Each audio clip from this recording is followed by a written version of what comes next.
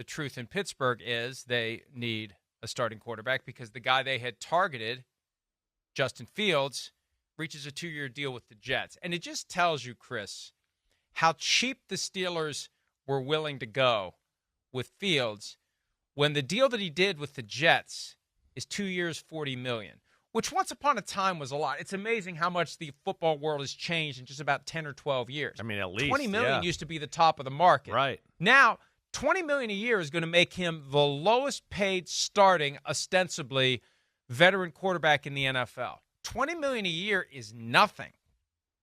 $20 million a year could be placeholder. And the irony would be the Bears signed Andy Dalton in 2021, QB1. They had the big tweet, QB1. Then they drafted Justin Fields, traded up from 20 to 12 to get Justin Fields, did that deal with the Giants.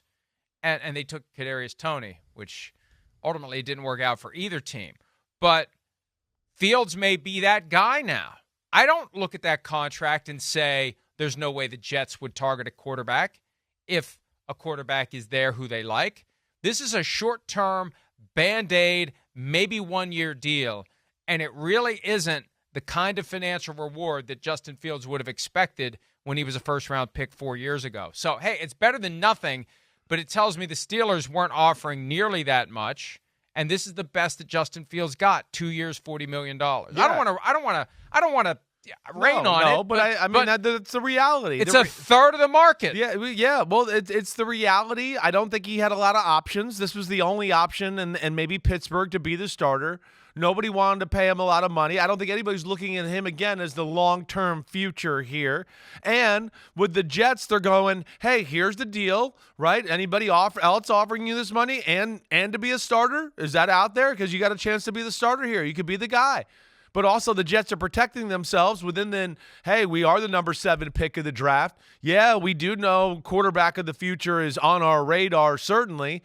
And this gives them the flexibility that if they do, through their evaluation, start to come as an organization and start to go, whoa, we like Shedeur Sanders or whoever else, right? They can do that and then not feel like they're the Atlanta Falcons where they go, wait, we just paid a guy like he's our franchise and $100 million in 2 years. And, oh, crap, we like this guy. So this gives them the flexibility to do everything there.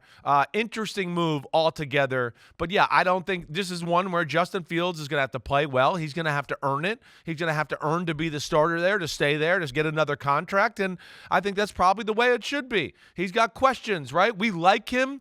He puts his body on the line. He's a phenomenal athlete. He's tough as hell.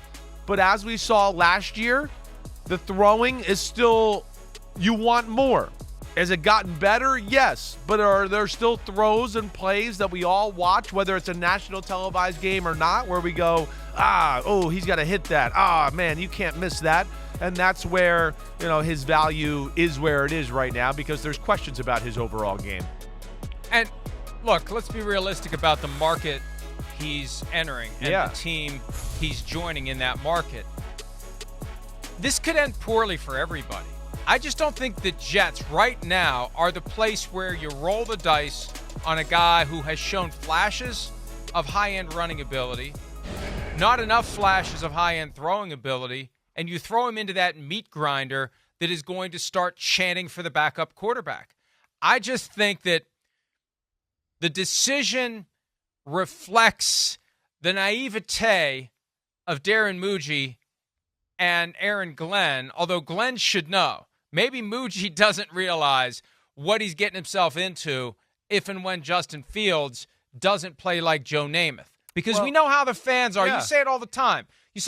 They fall in love with the backup, and then the backup starts playing, and then the backup plateaus, and they hate the backup, and they want somebody else. Yes. They never embrace anyone. Justin Fields is not, and there aren't many guys out there who are. That's the problem. Not good enough to be embraced by the fan base. I think that's the problem. So you're stuck a little bit.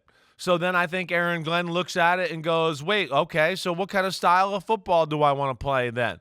And I think where he's, again, a defensive guy, maybe similar to what we just talked about with Mike McDonald there in Seattle, where he's going, I don't want to make it all about the quarterback. That's why I just said we don't want Aaron Rodgers anymore. We're not going to be that team anymore. We're going to run the ball We're going to play situational football. We're going to control the clock. We're going to run quarterback design runs. We're going to play physical Detroit Lion type of football. And then my defense, which has got sick talent everywhere, is going to create some turnovers. You're not going to score a lot of points, and we're going to win games 20-17 or 20-14. I feel like that's kind of what I expect from the Jets this year. And we'll see. Can Justin Fields improve as a passer and start to play, high-level football in that area? Or is it is what it is right now, and it's not going to get much better. And then we're going to have to rely on running him and running him more. And I think, that's what I'll be interested to see is just the plan of attack and how they use Justin Fields and all that. But, I think you're saying it right, Mike. And I think what this does, too, is – like we said, if they decided a quarterback hit them in the face at 7, they can do it, and they're not going to get like, what are you doing? You just paid the quarterback Justin Fields all this money. And if they don't like a quarterback, they can kick the can to next year and just go, hey, Justin Fields is our guy. And we'll wait till next year's class and we'll figure it out. So from all that, it does make sense from their standpoint. I misspoke earlier. I said the Bears traded from 20 to 12 to get Justin Fields. They went to 11 to get Justin Fields in the 2021 draft. The 12th pick that year was Micah Parsons. So that was a crazy year. We know that was the most overrated quarterback crew ever, right? All of that, and Trey Lance went 3. Nobody expected that. Justin Fields, I know they were like, we don't know where he's gonna go, and then all of a sudden the Bears came in and saved the day. So yeah, that was a different year there, that's for sure. Hi, it's Mike Florio. Thanks for watching PFT on YouTube. Hit subscribe for the latest news and analysis from Pro Football Talk.